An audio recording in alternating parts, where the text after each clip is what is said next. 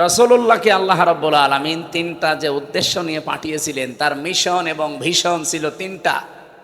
তার সর্বপ্রথম মিশন ছিল তাওহীদ প্রতিষ্ঠা করা। আমি যে কথা বলেছিলাম প্রথমে খুতবা দিতে গিয়ে, আনা শাহাদু আল্লাহ ইলাহা ইল্লাল্লাহ শাহাদাতাম মুসিলাতান ইলাল জিনান। আমরা সাক্ষ্য দিচ্ছি আল্লাহ ছাড়া কোনো ইলাহ নেই। এই সাক্ষ্য যদি কেউ দিতে পারে, এই সাক্ষ্যটা তার জিনান জান্নাত পর্যন্ত পৌঁছিয়ে দেবে। বলেন সুবহানাল্লাহ। নবীজিকে আল্লাহ যেহেতু প্রথম উদ্দেশ্য দিলেন, তিনি তাওহীদ প্রতিষ্ঠা করবেন। এই তাওহীদ পৃথিবীতে প্রতিষ্ঠা করার জন্যে এখন আমরা যারা 210 কোটি মুসলিম আছি, আমাদের 1 নাম্বার কাজ হবে ঐক্য। এই যে সারা বাংলাদেশে একই আওয়াজ এখন চলছে যে ঐক্য হন, সবাই ঐক্য হন। কি এটা কিভাবে হওয়া লাগে? এতে যে বিভিন্ন ধর্মের মানুষ আমরা আছি, তাম পৃথিবীতে প্রায় 4,500 ধর্মের মানুষ বাস করে। আমাদের এই দেশেও প্রায় 9টা জাতি আমরা বাস করছি। আমরা যারা আছি অন্তত দল মত জাতি বর্ণ ধর্ম নির্বিশেষে 3টা বিষয়ে এক হওয়া লাগবে। সূরা আলে ইমরান 3 নাম্বার পারা, এটা মনে হয় 17 নাম্বার পৃষ্ঠা, প্রথম নাম্বার লাইনের 64 নাম্বার আয়াতে আছে, কুলিয়া আহলাল কিতাবি তাআলাউ ইলা কালিমাতিন সাওয়াইম বাইনানা ওয়া বাইনাকুম আল্লা না'বুদা ইল্লাল্লাহ ওয়া লা নুশরিকা বিহি শাইআ ওয়া ইয়াত্তাখিযা يتخذ بعضنا بعضا أربابا من دون الله فإن تولوا فقولوا اشهدوا بأننا مسلمون। এটা রেকর্ড হচ্ছে, সারা দুনিয়া এখন এই লাইভগুলো দেখছে। বাংলাদেশের মানুষদেরকে আমরা আহ্বান জানাচ্ছি, অন্য দেশটা বাদই দিলাম, এ দেশটা একটা সুযোগ যখন এসেছে, নবীজির মিশন আর ভিশন প্রথম নাম্বারে তাওহীদ প্রতিষ্ঠা। এটা করার জন্য যেহেতু ঐক্য লাগবে, 3টা বিষয়ে যদি আমরা একমত হতে পারি তাহলে ঐক্য হওয়া সম্ভব। নবীজিকে আল্লাহ বলেছিলেন, নবী আপনি ডাকেন আহলে কিতাবের অধিকারী যারা, তাদেরকে বলেন আসো আমরা এই 3টা জিনিসে এক জায়গায় হই। 1 নম্বরে আল্লাহ না'বুদা ইল্লাল্লাহ, আল্লাহ বাদে আমরা কারো ইবাদত করব না। আজ বাংলাদেশে মতের ভিন্নতা থাকতে পারে, মুসলমানদের ভেতরেই বলছি 92% মুসলমান আমরা, অন্য জাতিকে বাদ দিলাম, শুধু মুসলমান আমরা যারা আছি তাদেরকে বলছি আমরা যদি সত্যি তাওহীদ প্রতিষ্ঠায় নবীর এই পয়লা মিশন আর ভিশনে এক হতে পারি, আমাদের এই 3টা বিষয়ে কিন্তু এক জায়গায় হওয়াই লাগবে, ঐক্যমতে আসা লাগবে যে আমরা আল্লাহ বাদে কারো ইবাদত করব। অনেকেই দেখছি আল্লাহ বাদে অন্যের ইবাদত করছে। ইবাদতের যে মিনিং গুলো আমরা পাই, আল্লাহর দেওয়া হুকুম তরিকা লাগবে রাসূলুল্লাহর। আপনি আমি একটা জিনিস মনে করছি খুব ভালো, আন্দাজে করলে ওটা ইবাদত হবে না। আমি নাম ধরছি আজকে, যা হয় হোক, এই যে আমার তাহেরি ভাই, উনি ইবাদত করছে, জিকিরকে উনি ইবাদত হিসাবে নিয়েছে, কিন্তু যে জিকির গুলো করে ওটা কি ইবাদতের জিকির? এই যে ইয়া আলী বাবা, শাহ আলী বাবা, কেল্লা বাবা, ফতে বাবা, নূর আলী বাবা, কিসের বাবা? আপনি জিকির করলে আলেমদের জিজ্ঞাসা করেন সুবহানাল্লাহ, আলহামদুলিল্লাহ, লা ইলাহা ইল্লাল্লাহ, আল্লাহু আকবার, এর বাইরে কোনো শব্দ জিকিরের থাকলে বলেন আমি করব। বাংলাদেশে 48,000 দরবার, আমি 3 দিন আগে গিয়েছিলাম চরমনায়ের পীরের দরবারে, পুরাটা ঘুরে দেখলাম। যদি আমি এর আগেও বহুবার গিয়েছি, ওখানে ছিলামও কিছুদিন। সরসেনার দরবারে ঘুরলাম প্রায় 2.5 ঘন্টা ধরে, এনএস কামিল মাদ্রাসা সালুকাটি ঘুরলাম প্রায় 2 ঘন্টা ধরে। চট্টগ্রামের বায়তুল শরফে ঘুরেছি, সারাদিন ছিলাম। 8 রশি গিয়েছিলাম ফরিদপুরে, 3 বার গেলাম ওখানে। এই যে এই সমস্ত জায়গাগুলো আমি দেখে বলছি আপনারা জিকির, সব জায়গা থেকে আওয়াজ আসে জিকির, কিসের বলেন বলেন? যেহেতু জিকির একটা ইবাদত, আমি চরমনায় বলেন, সরসিনা বলেন, বাইতুস্বর বলেন, আটরশি বলেন, দেওয়ানবাগি বলেন না, আমি নিষেধ করছি না, কিন্তু জিকির আপনাকে করা লাগবে এই চারটা শব্দ দিয়ে। যদি এই চারটা শব্দের বাইরে আপনি জিকির করেন তাহলে ওটা জিকির না। ওই যে তাহিরি ভাই যেটা করে এটা জিকির না, ওটা ওনার ফিকির। হ্যাঁ, কথা বলেন। এমনকি আল্লাহর কালেমাকে আপনি খণ্ডিত আকারে জিকির করতে পারবেন না, কোনো পারমিশন নেই। তাম্মাত কালিমাতু রব্বিকা সিদকা ওয়া আদলা। আল্লাহ বলেন আমার কালামগুলো, আমার কালেমা, আমার যে কথা, এগুলো কিন্তু সত্য। 2 নাম্বার, এটা একেবারে ইনসাফ দিয়ে পরিপূর্ণ। আপনি যদি শুধু সুবহান সুবহান সুবহান বলেন, জিকির হবে না। কি কথা বলছেন কেন? এমনকি যদি কেউ বলেন আকবার আকবার আকবার, জিকির হবে। আল্লাহু আকবার বলা লাগবে, সুবহান আল্লাহ বলা লাগবে, আলহামদ আলহামদ বলবেন, জিকির হবে না। আলহামদুলিল্লাহ বলা লাগবে। লাইলা লাইলা লাইলা বলবেন, হবে না। লা ইলাহা ইল্লাল্লাহ বলা লাগবে।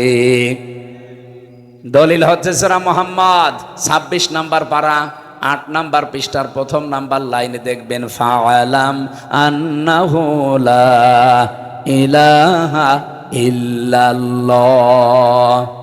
কেন না? আল্লাহ বলতে বাধ্য না যে লা ইলাহা লা ইলাহা বলতে বাধ্য না? আল্লাহ কেন পুরা কালেমা বললেন? জেনে রাখো, ফাআলাম আন্নাহু লা ইলাহা ইল্লাল্লাহ।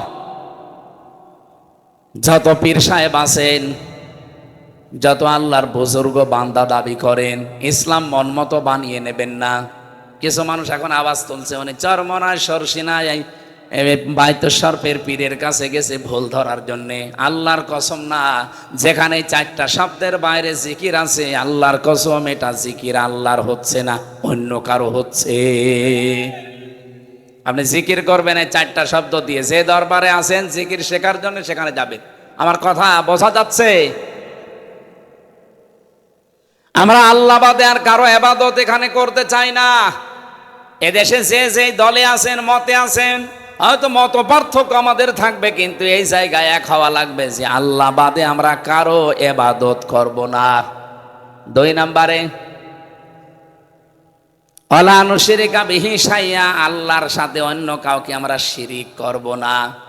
এই যে আজকে নারী কমিশন 328 পৃষ্ঠার যে বই পুরাটা পড়লাম আমি আজ কয়দিন ধরে, এখানে আমি 13টা পয়েন্টে দাগ দিয়েছি, প্রত্যেকটা কোরআনের বিরুদ্ধে।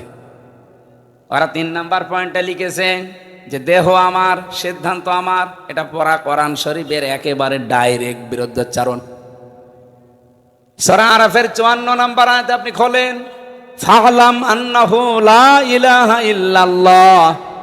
আল্লাহ পাক বলেন আলা লাহুল খালক ওয়াল আমরু, সৃষ্টি যার, সিদ্ধান্ত তার। আপনি কেন বলতে গেলেন যে আমার দেহ আমার, সিদ্ধান্ত আমার? দেহ কি আপনার নাকি? বলেন। 33 বছর আমার বয়স, 34 বছর আগে আমার কোনো অস্তিত্ব ছিল? দেহ আমার হয় কি করে? আমাকে একজন বানিয়েছে, এই জন্য আল্লাহ আয়াত দিয়েছে, কাইফা তাকফুরুনা বিল্লাহি ওয়া কুনতুম আমওয়াতান ইলা আখির আয়া। আল্লাহ পাক বলেন যে কাইফা শব্দ দিয়ে বাক্য আরম্ভ করলেন কেন? বালাগাত মান্তিকের যে 19টা আমি চ্যাপ্টার পড়েছি, এর ভেতরে একটা এটা আছে, কাইফা শব্দ ব্যবহার করা হয় সেন্টেন্সের আগে, যেটা আমার আল্লাহর নিজেরও বিশ্বাস হয় না। মানে আল্লাহ নিজেও বিশ্বাস করতে চাচ্ছেন না যে মানুষ আমার নাফরমানি করতে পারে। এই জন্য কাইফা দিয়ে আরম্ভ করলেন, কাইফা তাকফুরুনা বিল্লাহি ওয়া কুনতুম আমওয়াতান। মানুষ কি করে আমার নাফরমানি করে, আমার সাথে কুফরি করে, আমার আয়াতকে মানতে চায় না, আমার বিরুদ্ধে উচ্চারণ করে। কি করে করে? কুনতুম আমওয়াতান, অথচ অমৃত ছিল। ফাআহইয়াকুম, আমি আল্লাহ নিজে তাদেরকে জীবন দিয়েছি। যে মানুষগুলো নারী কমিশনে বসে বসে এই পয়েন্টগুলো কোরআনের বিরুদ্ধে সাজালেন, বিয়ের ক্ষেত্রে, তালাকের ক্ষেত্রে, অভিভাবকত্বের ক্ষেত্রে এবং জমি জায়গা ভাগ করার ক্ষেত্রে, এরকম 13টা পয়েন্ট আমি একটা একটা করে সবগুলো কোরআনের বিরুদ্ধে। আপনি কি নিয়ে বললেন এই কথাগুলো বলেন তো? প্রকাশ্য শিরিক। এই দেশকে আমার মনে হয় অস্থিতিশীল করার জন্য শুধু এদের কাজ না, এদের পেছনে কোনো রাঘব বোয়াল কাজ করছে। নাই তো এই সময় এই সিদ্ধান্ত আসা জীবনও এই কয়টা মহিলার দ্বারা সম্ভব না। যে মহিলাগুলো এই সিদ্ধান্ত দিয়েছে এদেরকে দেখলে কি মহিলা মনে হয়? আমার তো মনে হয় না মহিলা। এ না পুরুষ না মহিলা, মানে আলাদা কোনো জন্তু। আপনি দেখেছেন ওদের চেহারার দিকে? পুরুষের কাটিংও না, মহিলাদের কাটিং না। কি মহিলাদের তো আলাদা একটা কাটিং আছে, ওর কি আমি নিচে নামতে পারলাম না। কোরআনে কারিমে সূরা কলমের 13 নাম্বার আয়াতটা আজ ফতোয়া দিয়ে দিলাম, রেকর্ড হচ্ছে, যাক ওদের কানে। উতুল্লিম বাদা যালিকা জানিম। এত শক্ত করে বলতাম না। কোরআনের বিরুদ্ধে যারা আছেন আল্লাহ 1500 বছর আগে জানিয়ে দিয়েছেন তারা যারও সন্তান।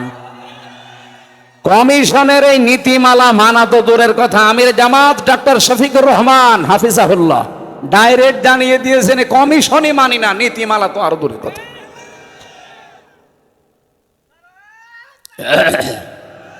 ঠিক আছে ঠিক আছে, অত জোশ দরকার নেই এখন।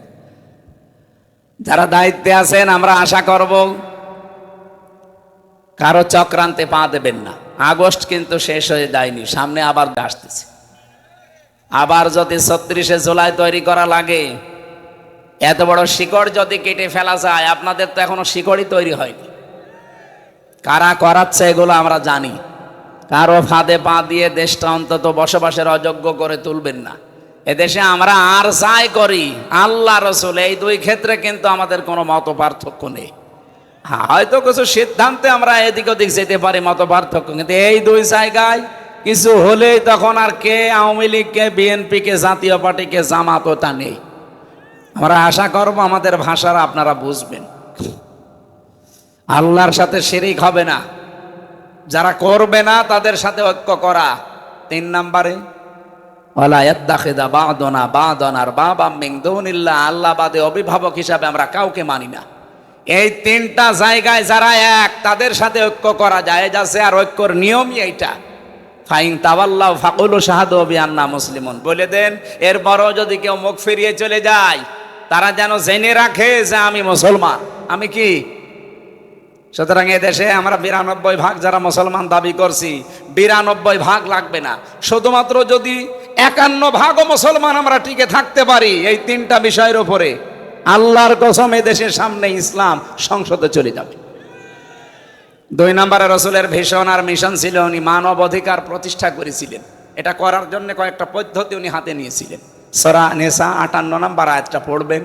আমার যেহেতু আয়াতগুলো আলোচনার বিষয় না, আমার একটা আলোচনার সামনে বিষয় আছে, সময় তো অনেক হয়ে যাচ্ছে, এই জন্য আমি আয়াতটা শুধু বলে একটা তথ্যটা বলে শেষ করে দেই। ইন্নাল্লাহা ইয়া'মুরুকুম আন তুআদ্দুল আমানাতি ইলা আহলিহা ওয়া ইযা হাকামতুম বাইনান নাস আন তাহকুমু বিল আদলি।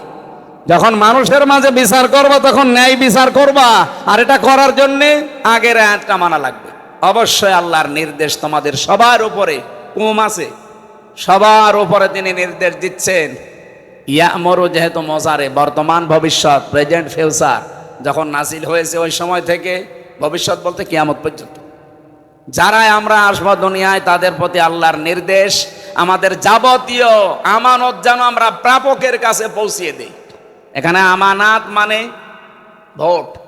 আপনি তাফসিরে মারিফুল কোরআন নিয়ে আসেন, 9টা পয়েন্ট ওখানে লেখা আছে, ভয়কার ট লেখা আছে। সুতরাং আগামী সময় যেহেতু আল্লাহ একটা তৈরি করে দিয়েছেন মানবাধিকার প্রতিষ্ঠার জন্য, এখন জরুরি যারাই দাঁড়াবে ভোটে আমরা ভোট দেব এমন মানুষকে যার দ্বারা আল্লাহর কাজ হবে, রাসূলুল্লাহর কাজ হবে, মানবতার কাজ হবে। যদি কেউ এটাকে দুনিয়ার কাজ মনে করেন, যদি মনে করেন এটা রাজনীতি, এটা ধর্ম ব্যবসা, হ্যাঁ এইটাই আমার ধর্ম ব্যবসা, এইটাই আমার রাজনীতি, আপনার যা মনে হয় করেন, আপনার কাছে যা মনে হয় তাই করেন বলেন, কিন্তু এইটাই আমার রাজনীতি, এইটাই আমার ধর্ম ব্যবসা, আমি সামনের সুযোগ আল্লাহ দিয়েছেন, আমি এই সুযোগ কাজে লাগাতে চাই। আমরা মানবাধিকার প্রতিষ্ঠা, এটা রসুলের মিশন আর ভীষণ। আমরা উম্মত দাবি করে যদি এই প্রতিষ্ঠা করতে না পারি, 54 বছর তো বিভিন্ন জিনিস দেখেছি, মানবাধিকার প্রতিষ্ঠা হয়েছে না? হয়নি, কোনো মানুষের অধিকার নেই। 3 নম্বরে রাসূলুল্লাহর কাছে ছিলাম, আমি খুতবায় যেটা বলেছিলাম, আল মাবউসু ফিনা বিল হুদা ওয়া দীনিল হাক্কি লিইয়ুযহিরাহু আলাল আদিয়ান। তাকে আল্লাহ পাঠিয়েছিলেন সত্য দিন দিয়ে, হেদায়েত সহকারে। কি করতে পাঠালেন? লিইয়ুযহিরাহু আলাল আদিয়ান। এজহার মানে শুধুমাত্র ওই নুন সাকিন মিম সাকিনের এজহার না, এখানে এজহার মানে বিজয় করা। আলাল আদিয়ান, যত দিন আছে দুনিয়ায় সমস্ত দিনের উপরে রাসূলের মিশন আর ভিশন এই 3 নাম্বার, এইটা আমাদের জীবন, এটা যেন 1 নাম্বার কাজ আমরা বানিয়ে নেই।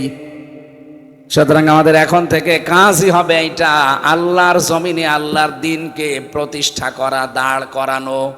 যদি দাঁড় করাতে আমরা না পারি, যতটুকু দিন আছে এইটাই প্রতিষ্ঠা করে রাখা, টিকিয়ে রাখার চেষ্টা করা। আমার কথা বোঝা গেছে?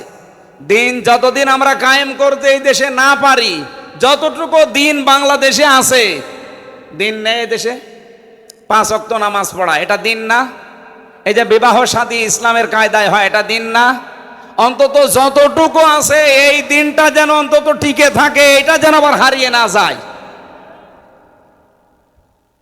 শারা'a লাকুম মিনাদ-দীনি মা ওয়াসসা বিহি নূহা, আল্লাহ পাক বলেন আমি নির্ধারিত করে দিয়েছি। ওয়াসস শব্দের শাব্দিক অর্থ শুধু ওসিয়ত করা না, কঠিন ভাবে শক্তভাবে নির্দেশ দেওয়ার নাম ওয়াসস।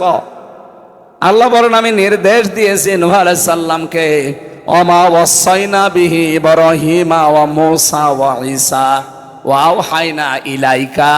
হে নবী, আপনার প্রতিও আমি একই ওহী করছি, একই নির্দেশ নাজিল করছি। যেমনটা ইব্রাহিমকে, মুসাকে, ঈসাকে আমি করেছিলাম আনাকিমুদ্দিন, আমার দিন কায়েম করো। এখন দিন কি? দিনের পারিভাষিক অর্থ আমি পেয়েছি 4টা।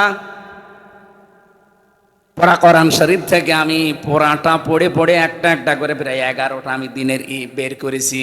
এগুলো পড়াটা যদি আমরা ব্যক্তি, পরিবার, সমাজ আর রাষ্ট্রে কায়েম করতে পারি, তাহলে এই আয়াতের হক আদায় হবে। আল্লাহ পাক বলেন আকিমুদ্দিন ওয়ালা তাতাফাররাকু ফি, পৃথিবীতে দিন কায়েম করবা, এখানে কোনো মত পার্থক্য করবা না। বাংলার মানুষেরা মত পার্থক্য মসলা মাসাইল নিয়ে করে থাকেন, করেন, কারণ দিন আর শরীয়ত এক না। আদম নবী থেকে আমাদের নবী পর্যন্ত যত নবী এসেছে প্রত্যেকটা নবীর দিন ছিল এক, কিন্তু শরীয়ত ছিল ভিন্ন ভিন্ন। কথা বোঝা গেছে? কথা বোঝেননি? আমি একটা বাড়ির উদাহরণ পড়েছি কিতাবে। একটা বাড়ির মালিক একজন, কিন্তু বাড়ির 4-5 জন কর্মচারী আছে, তারা বিভিন্ন কাজ কাম করে। সবাই কথা শোনে কার? বাড়ির মালিকের। এ পৃথিবীর মালিক আমার আল্লাহ, উনি এই পৃথিবীতে প্রফেট পাঠিয়েছেন, নবী পাঠিয়েছেন, পয়গম্বর বলা হয়, বার্তা বাহক পাঠিয়েছেন। সবাই ওনার কথা মতো চলবে, কিন্তু এক একজনকে আল্লাহ এক একটা নির্দেশ দিয়েছেন। মুসা আলাইহিস সালামের জামানায় যে শরীয়ত ছিল, ওটা আমাদের নবীর সময় ছিল না। হযরতে ঈসা নবীর জামানায় যে শরীয়ত ছিল, ওটা আমাদের সময় নেই। হযরতে ইব্রাহিম নবীর জামানায় যে শরীয়ত ছিল, ওটা আমাদের জামানায় নেই। আবার আমাদের জামানায় যেটা আছে, ওটা অন্য নবীর সময় ছিল না, আদম নবীর। হ্যাঁ, সিস্টেমটা আলাদা ছিল, বিধান এক।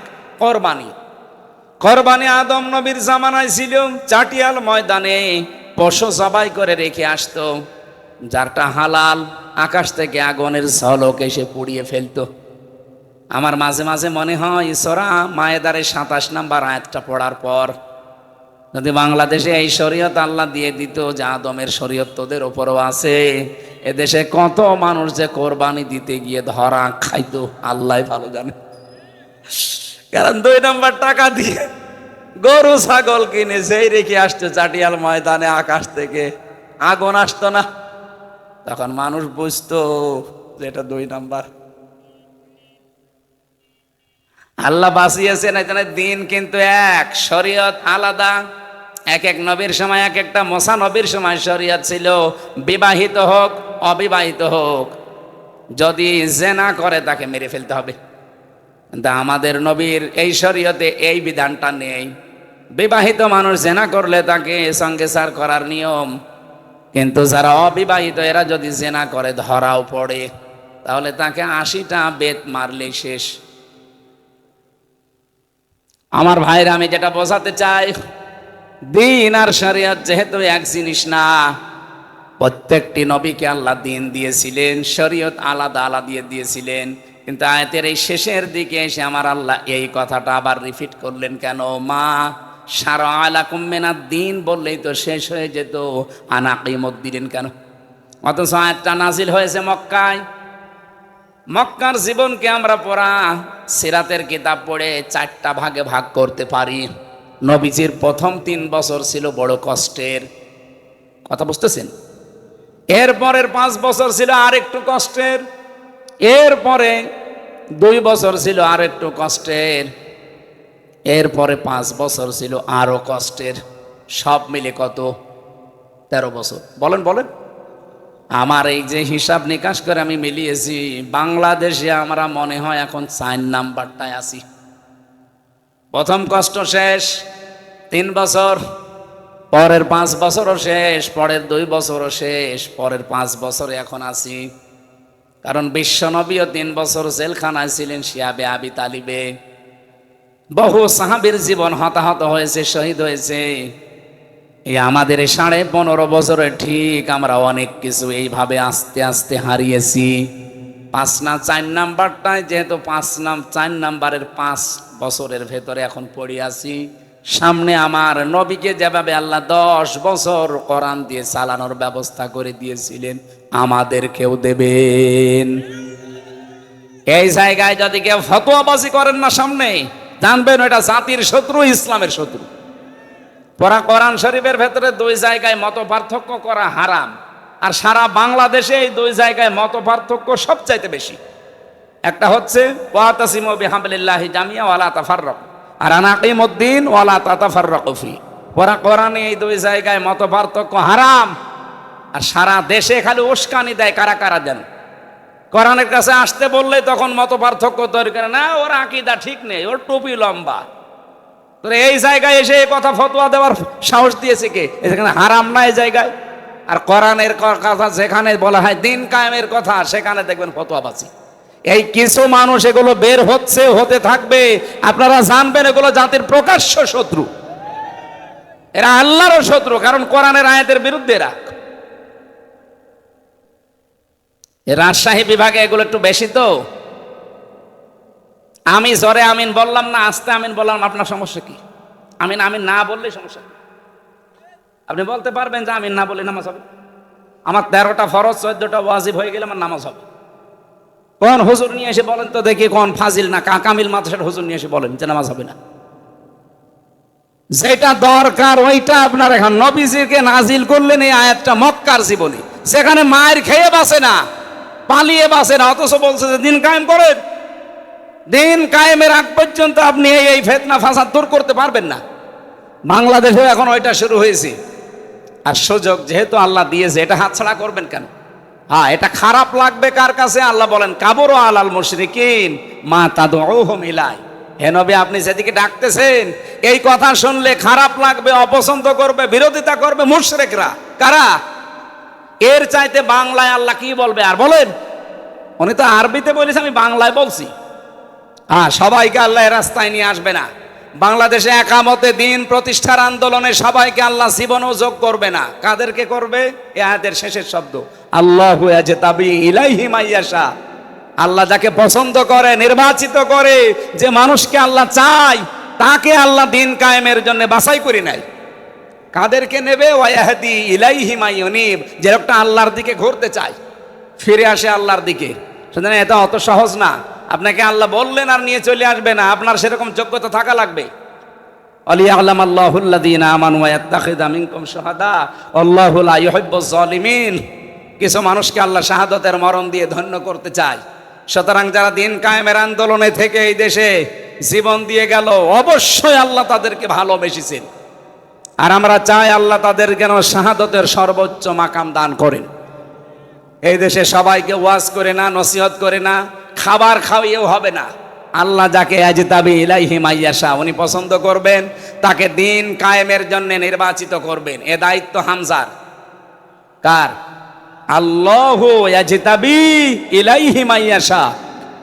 আল্লাহ বলেন আমার দায়িত্ব এটা, আমি কাকে নির্বাচন করব দিন কায়েমের জন্য।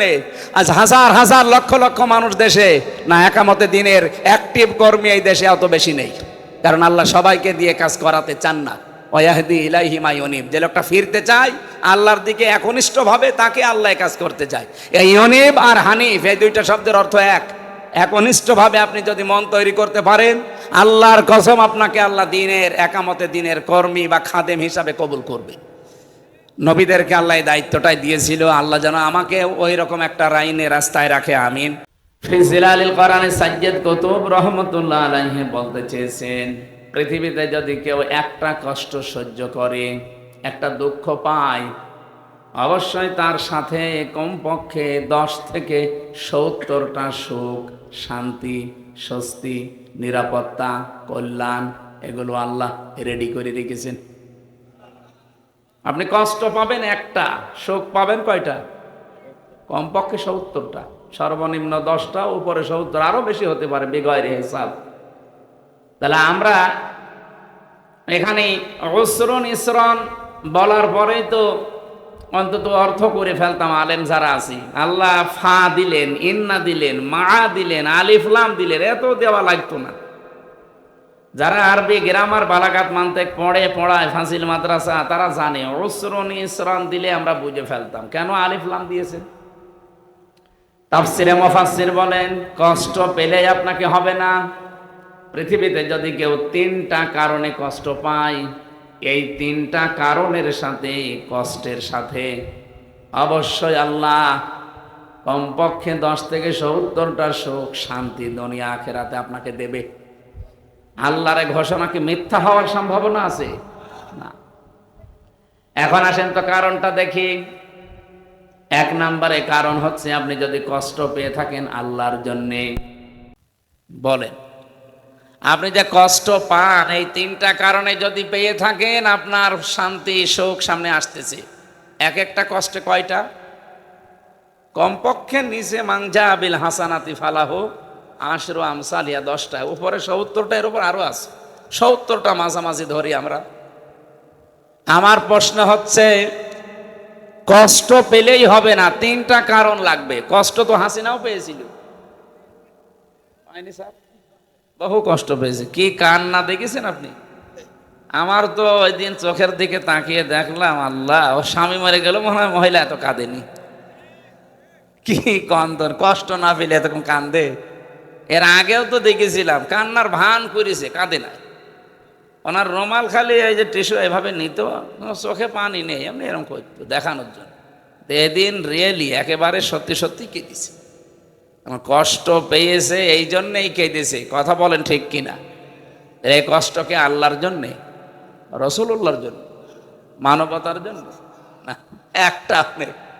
তাহলে ও কষ্টের পরে শোক পাবে 70টা, ওর জন্যে না। আমি বোঝাতে পেরেছি? আর যেহেতু আয়াতটা রিপিট করেছেন আল্লাহ, এই জন্য দ্বিতীয়টাও শোনা লাগবে, নাকি প্রথমটা শুনে শেষ করে দেবেন? আল্লাহ পাক বলেন, ইন্না মাআল উসরি ইসরা। যদি কেউ শান্তি পায়, সুখ পায়, কিন্তু এই সুখ আর শান্তি যদি হয় অবৈধ, অবৈধভাবেও সুখ শান্তি পাওয়া যায়। অবৈধভাবে দুনিয়ায় কেউ যদি সুখ আর শান্তি ভোগ করে, একটা সুখের কারণে কমপক্ষে 10 থেকে 70টা অশান্তি, দুঃখ, অকল্যাণ, অপদস্থ, অপমান আপনার ভাগ্যে অপেক্ষা করছে। আপনি প্রথমটা শুনলে খুব ভালো লাগছিল, পরেরটা যেন কেমন কেমন লাগছে। আপনি একটা সুখ যদি ভোগ করেন দুনিয়ায়, সুখটা যদি হয় অবৈধ, আপনি লিখে নিতে পারেন কোরআনের আয়াত, জালিকাল কিতাবু লা রাইবা ফি, কোনো সন্দেহ নেই। মাস্ট বি আপনার কপালে দুনিয়া আখিরাত মিলে 70টা অশান্তি, দুঃখ, অপমান আল্লাহ দেবেই। এখন সুখটা যদি হয় অবৈধ সুখ, এই 15.5 বছরে যারা দায়িত্বে ছিল, এরা কি বৈধ সুখ পেয়েছে না অবৈধ? কারণ আমার এই 33 বছর বয়সে 18 বছর থেকে যদি আমি ভোট দিতে আরম্ভ করতাম, 3 বার ভোট দিতে পারতাম, একবারও পারি না। কি কথা বলছেন এখানে? আমি জানি না যে ভোট কেমন করে দেয়, শুধু শুনেছি। অথচ এটা আমার দেখার দরকার ছিল না? 3 বার তো আমার দেখার দরকার ছিল, একবারও পারি নাই। আমি যেন নিজে ভিকটিম। সুতরাং এই বাংলাদেশে এই 3 বারে যারা দায়িত্বে ছিলেন, আপনারা বৈধ না, অবৈধ। কি কথা বললেন না? অবৈধভাবে যারা ছিলেন, সুখ পাননি, শান্তি পাননি। কত শান্তি পেয়েছেন আপনি বলেন তো? বাবা শাহজালাল সব হালাল করে নিয়েছিলেন। একটা হাদিস পড়েছিলাম, এই হাদিসটার দিকে তাকান। রাজি সাহেব আসে عن ابي ذر رضي الله تعالى عنه قال قال النبي صلى الله عليه وسلم من ادعى ما ليس له فليس منا وليتبوأ مقعده من النار। মুসলিম শরীফের হাদিস। নবীজি বলেন, যেই জিনিস তোমার না, ওই জিনিস যদি নিজের আয়ত্তে তুমি নিয়ে নাও, নিজে দখল করে রাখো, যেই দিন থেকে এই কাজ করবে ওই দিন থেকে তুমি আমার উম্মতের ভেতরে নেই। ঠিক বললেন? কিছু বুঝেছে?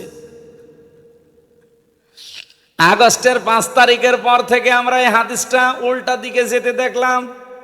বহু মানুষ অন্যের জিনিস যেটা তার না, সে কিন্তু নিজের দখলে নিয়ে নিয়েছে। রাজশাহী হয়তো এখনো শুরু হয়নি। আপনি বলেন তো, এই হাদিস 100% সত্য না 98%? তাহলে যারা এই চরিত্র এখন দেখালেন আগস্টের 5 তারিখের পর থেকে পর্যন্ত, বলেন আপনার কি নবীর উম্মত দাবি করার কোনো এখতিয়ার আছে? আর ফালাইসা মিন্না, মাঝখানে ফা আছে। ফা 13টা অর্থে ব্যবহার হয়। উপরে বর্ণিত যে কথা, ওটা যদি কারো ভেতরে থাকে, পরের শব্দ বলার আগে ফা দেওয়া লাগে। ফালাইসা মিন্না, আপনি আর নবীর উম্মত নেই। কত মানুষ চাঁদাবাজি করে হোক, ছিনতাই করে হোক, চুরি করে হোক, ডাকাতি করে হোক, প্রতারণা করে হোক, সুদ খেয়ে হোক, ঘুষ খেয়ে হোক, যেভাবেই হোক অন্যের জিনিস যেটা আপনার না, আপনি দখল করে নিয়েছেন। 1 নম্বরের শাস্তি, আপনি নবীর উম্মত ওই দিন থেকে আর নেই। এখন বাংলাদেশে আপনি হিসাব করে বলেন, নবীর উম্মত এই হিসাবে অনেকে আছে না বের হয়ে গেছে? এখানে কেউ আছেন এরকম? যদি থাকেন সম্পদ ফেরত দিয়ে দেন, নয়তো আপনি মরে গেলে আপনার জানাজা পড়ানো, কবরে দেওয়া বেকার হবে। কারণ বিসমিল্লাহি ওয়া আলা মিল্লাতি রাসূলিল্লাহ আপনার জন্য না। আপনি আল্লাহর নামের ওপরেও নেই, আর রসুলের উম্মতও নেই। তাহলে আপনার জন্য আমি এই মিথ্যা কথা বলে কি করব? স্যার আমি বেশি বলে ফেললাম। সুতরাং এইটা যারা করছেন, সম্পদ আপনি যদি ফেরত না দেন, তে মাহফিল একদিন কেন, বছরে 50 দিন দেন, কিছুই হবে না। আমরা চাই এই চরিত্র যেন রেকর্ড হচ্ছে, সারা বাংলাদেশে যাচ্ছে। হাদিসটা আমরা আজকেই মানতে চাই। হ্যাঁ, কথা বলেন না কেন? যার যেটা যা নিয়েছেন ফেরত দিয়ে দিন। 2 নাম্বারটা তো আরো কঠিন। ওয়ালিয়াতাবাওয়া মাকআদাহু মিনান নার, সে যেন জাহান্নামে নিজের একটা স্থান তৈরি করে নিল। এটা তো আরো কঠিন। আর আজ সাহেবাসী, আশা করব আপনারা হাদিসটা মেনে চলবেন। আল্লাহ আমাদের তৌফিক যেন দান করেন, বলেন আমিন। আয়াতের কি কথা ছিল যেন? যদি কেউ অবৈধ সুখ ভোগ করে, একটা অবৈধ সুখ কয়টা? এই 15.5 বছরে বহু মানুষ যে চেয়ারে যাওয়ার তার কথা না, ওই চেয়ারে মানে লাফ দিয়ে চলে যেয়ে বসে আছে। এরকম চেয়ার বাংলাদেশে ছিল না? আপনি তো ওই চেয়ারে বসে সুখ ভোগ করছেন, আনন্দ পাচ্ছেন, শান্তি পাচ্ছেন, কিন্তু এই শান্তি সুখ কি বৈধ সুখ না অবৈধ? হয়তো বিভিন্ন মামা খালু অথবা বিভিন্ন জোর দেখি আপনি ওখানে বসে আছেন। এরকম যারাই ছিলেন তাড়াতাড়ি নেমে পড়ে। আপনাদেরকে সতর্ক করার জন্য আর একটা কথা বলছি, যেহেতু এখন আর তারা নেই, যা হোক তাদের কপালে হয়ে গেছে। হাসিনা যেহেতু আমার দাদির বয়সী, এই জন্য ওনাকেও বলছি, আপনি যদি এই 15 বছরে 50টা সুখ পেয়ে থাকেন, সুখগুলো সবই অবৈধ সুখ। এক একটা সুখে যদি 70টা করে অশান্তি, দুঃখ, কষ্ট ভোগ করা লাগে, 50টায় আপনি হিসাব করেন 3500 হবে। তাহলে 15.5 বছরে যারা 50টা করে আনন্দ পেয়েছেন, সুখ পেয়েছেন, শান্তি পেয়েছেন, কম পক্ষে আপনাকে 3,500 কষ্ট পাওয়া লাগবে, এরপরে শর্ট করে ঢুকে পড়বেন। এর আগে বললে তো কেমন হয়ে যায় না নাকি? এবার আসেন, যারা এই যে পরকীয়া প্রেম করেন, সুখ নেই, শান্তি নেই না? এই এলাকায় সব নেই। অবশ্যই সুখ আছে, শান্তি আছে, নাই তো মানুষ 2-3 ছেলে মেয়ে রেখে চলে যায়। কথা বললেন না কেন? তার মানে শান্তি আছে। এই সুখটা কি বৈধ সুখ না অবৈধ? এরকম অবৈধ সুখে যারা আছেন, কমপক্ষে 70টা অশান্তি, দুঃখ, কষ্ট দুনিয়ায় আপনাকে ভোগ করা লাগবে। এই জন্য যারা আছেন, আপনাকে বাঁচাতে চাই, এই মুহূর্তে তওবা করেন, পরকীয়া প্রেম আজকে থেকে শেষ। কারা কারা ছেড়ে দিতে পারবেন হাত তোলেন তো। না, দাড়িওয়ালা মানুষ, নাউজুবিল্লাহ। কার সাথে লাইন আছে আপনার? অনেকে ভাবির সাথে লাইন করে, প্রতিবেশীর স্ত্রীর সাথে লাইন করে। না, এটা বাদ দেওয়া লাগবে। যারা আছেন, যদি হাত আন্দাজে তোলেন, আপনার মনে হয় কিছু আছে, যদি কিছু থাকে এক্ষুনি মোবাইল নাম্বার ডিলিট করে দিন, আর আস্তাগফিরুল্লাহ পড়ে জীবনের মতো তওবা করে ফিরে আসেন। অবৈধ সুখ আপনি ভোগ করলেই মাস্ট বি আপনাকে দুনিয়াতে অশান্তি ভোগ করা লাগবে। কয়টা? 70টা। একটায় 70টা। তাহলে যদি 50টা অবৈধ সুখ ভোগ করে থাকেন, আপনি হিসাব করে বলেন আপনি কি পাবেন। যেহেতু ওনারা অবৈধ সুখ ভোগ করেছে, আগামীতে কেউ যেন অবৈধ সুখ আর ভোগ করতে না পারে, এই জন্যই বারবার সারা দেশে বলছি, নির্বাচন আমরাও চাই, কিন্তু এদের মাধ্যমে না। এই 1628 জন যারা দায়িত্বে ছিল, এই ডিসি, এই এসপি, এই টিওনো, এই ওসি, তারাই আছে, খালি চেয়ার পাল্টিয়েছে। রাজশাহীর ডিসি গেছে কুষ্টিয়ায়, কুষ্টিয়ারটা কুমিল্লায়, কুমিল্লারটা কক্সবাজার। এই মাল তো সব একই আছে। যেহেতু এদেরকে দিয়েই করানো লাগবে সামনে, যদি এদেরকে আপনি না পাল্টিয়ে আবার এদের আন্ডারেই দিয়ে দেন, কি হবে? এই 15 বছরে যা হয়েছে, দিনের ভোট আবার রাতে হয়ে যাবে। দিনের ভোট রাতে হলে যারা আসবে, ওরা কি বৈধ না অবৈধ? আরো জোরে বলেন। এই অবৈধ মানুষকে আপনারা সামনে যদি দিয়েও দেন, আর সে যদি যায়ও, ও সুখ শান্তি পাবে না, সব হালাল করে নেবে তখন। দেশ সুখ শান্তি যেহেতু বৈধ না, আর অবৈধ সুখ আপনি ভোগ করতে চাইলেও আপনাকে আমি করতে দেব না, কারণ আমি আপনার হিতাকাঙ্ক্ষী। আপনি একটা সুখ পাবেন অবৈধ, অশান্তি দুনিয়ায় পাবেন কয়টা? তা আপনাকে আমি ঠেলিয়ে দেব কোন কারণে? আপনাকে আমি বাঁচাতে চাচ্ছি এই কারণেই। এরপরে যদি কেউ এখন অবৈধ চিন্তা ভাবনা করেন, চান, আপনার কপালের উপরে ছেড়ে দিলাম। এ পৃথিবীতে ন্যায়সঙ্গত কথা আছে সব কোরআনে। ন্যায়সঙ্গত কথার বাইরে কোনো কথা আমার আল্লাহ কোরআনে দেননি। অতাম্মাত কালিমাতু রব্বিকা সিদকাও ওয়া আদলা লা মুবাদদিলা লিকালিমাতিহি ওয়া হুয়াস সামিউল আলিম। সূরা আনামের 115 নম্বর আয়াতে আল্লাহ বলেন, আমার এই কোরআন আমি 3টা জিনিস দিয়ে পরিপূর্ণ করে দিয়েছি। 1 নম্বরে যত কথা কোরআনে আছে সব সত্য কথা। 2 নম্বরে যত কথা আছে সব ভারসাম্যপূর্ণ, ন্যায় ইনসাফ দিয়ে পরিপূর্ণ। 3 নম্বরে কিয়ামত পর্যন্ত আমার কথা কোনোদিন পরিবর্তন হবে।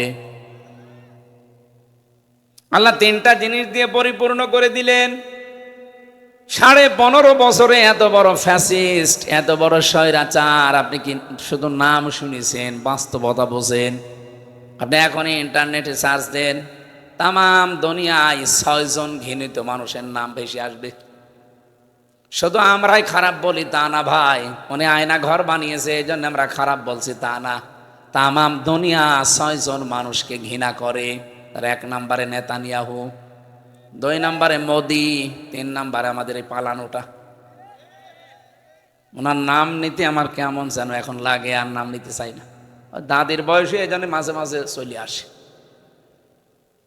তো এই মানুষগুলোকে এমনিতেই নিকৃষ্ট আমরা বলি নাই। মাইক্রোসফট আপনি রিপোর্ট দেখেন, খ্রিস্টানরা বানিয়েছে রিপোর্টটা। তামাম পৃথিবীতে 257টা রাষ্ট্র যারাই দায়িত্বে আছে রাষ্ট্রের, তাদের নিয়ে তালিকা বানিয়েছে। সব চাইতে নিকৃষ্ট তামাম দুনিয়া যাদেরকে ঘৃণা করে, আল্লাহও ঘৃণা করে, 1 নম্বরে নেতানিয়াহু। এই শয়তানের ভুল সিদ্ধান্তের কারণে আজ ইসরায়েল দাবানলে পুড়ে ধ্বংস হয়ে যাচ্ছে। জেরুজালেমের রাস্তা পর্যন্ত 3 দিন বন্ধ হয়ে গেছে। ওদের উন্নত মেশিন ছিল 108টা। যত উন্নত প্রযুক্তি পৃথিবীতে ইসরায়েলের আছে, দুনিয়ায় আর কারণে ওর পরে আছে আমেরিকার। এত উন্নত প্রযুক্তির মেশিনগুলো ব্যবহার করছে, শুধু পানি দিয়ে না, অন্যান্য ঔষধ ছিটিয়ে। কিন্তু যত পানি ঢালে ঔষধ দেয়, তত আগুন আরো জোরে। কারণ আগুন তো হামজা জ্বালায়নি, কে জ্বালিয়েছে? আজকে ওদের একেবারে মেন শহরে আগুন চলে এসেছে অলরেডি, যে 6টার খবর। ন্যায় ইনসাফপূর্ণ বিষয়গুলো যদি কেউ হাত দেয়, যেখানে সত্যি ন্যায় পরায়ণতা থাকার কথা, ওইটা যদি কেউ উল্টিয়ে ফেলে, তখন আমার আল্লাহ সিস্টেম পরিবর্তন করে দেয়। এখন বসবাসের অযোগ্য হয়ে যাবে। কিছুদিন আগে যে ইসরায়েলের সন্ত্রাসীদের ভয়ে ফিলিস্তিনের নিরীহ মানুষগুলো পালিয়ে যাচ্ছিল, এখন আমার আল্লাহ তাদেরকে নিজের এলাকা থেকে পালাতে বাধ্য করছে। সিস্টেম পাল্টিয়ে ফেললে এটাই হবে। আজকে গোবিন্দ পরামানিকে যে সন্ধ্যা 6টার সময় লাইভ করেছে, আপনারা কেউ দেখেছেন কিনা আমি নিজে দেখছিলাম। লোকটা তামাম দুনিয়ার হিন্দুদেরকে আহ্বান জানাচ্ছে, এই মাতাল মোদিকে থামান। এটা মাতাল, অলরেডি দাঙ্গা বাঁধিয়ে দিয়েছে। আপনি মনে করছেন দাঙ্গা তো শুধুমাত্র গুজরাটে থাকবে? না, দেখেন এই বাতাস বাংলাদেশে আসলে বলে। কারণ ওদের সাথে একটা দেশের বর্ডারের কোনো মিল নেই। কয়েকদিন আগে মালদ্বীপ, শ্রীলঙ্কা সবগুলো হোসাইন ভাই ঘুরে আসলো। ওদের সাথে মালদ্বীপের মিল নেই, শ্রীলঙ্কার মিল নেই, ভুটানের মিল নেই, পাকিস্তানের তো নেই। ওদিকে আফগানিস্তানের একটা বর্ডার আছে, ওইটার সাথেও মিল নেই। মায়ানমারের সাথে মিল নেই, চীনের সাথে মিল নেই। আমাদের সাথে মিল ছিল, বুবো ছিল, বুবো নেই, মিল নেই।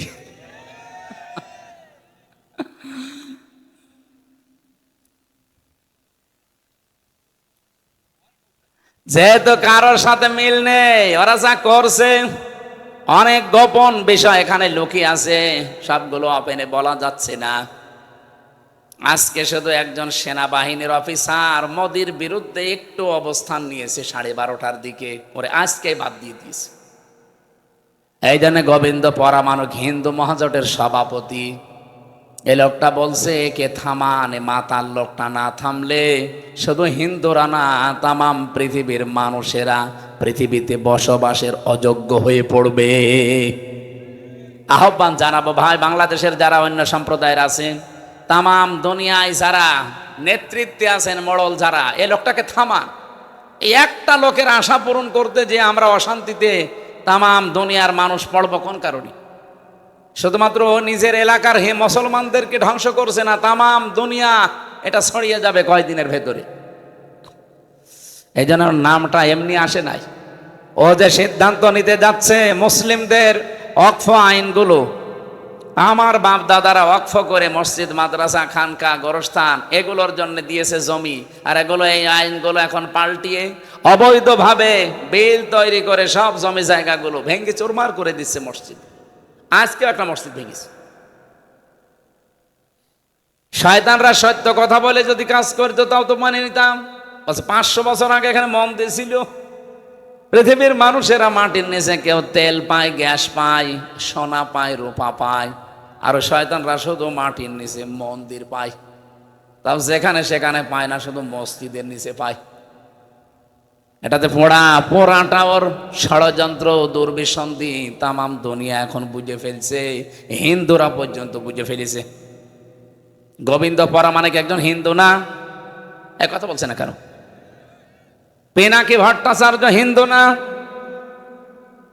এই মানুষগুলো যদি ওকে থামাতে বলে, মুসলমান এখন অনেক মুসলমান ওর পক্ষে কথা বলে।